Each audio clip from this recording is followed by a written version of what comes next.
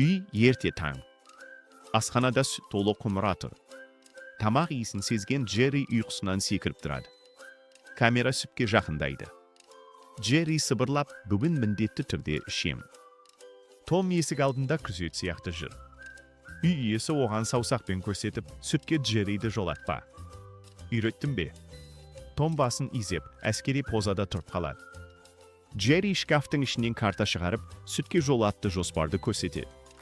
Оның жоспары Томды алдау, асханаға жасырын өту, сүтті ішу. Джерри көзін жыпылықтатады. Бұл жолы міндетті түрде болады. Жоспар іске асты. Джерри велосипедпен зулап келеді. Том оны байқап қалып, соның артынан ұстай ұшады. Үлкен қуу басталды.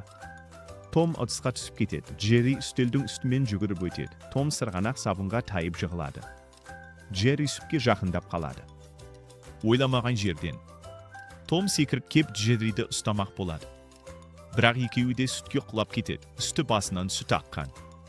Сүт төгіліп, асхана батпаққа айналады. Бұл нағыз сүт соғысы. Үй иесі кіріп келеді. Бәрін көріп, тағы да сендірме. Том да Джерри де бір-біріне қарап, басын шайқап, ол бастады.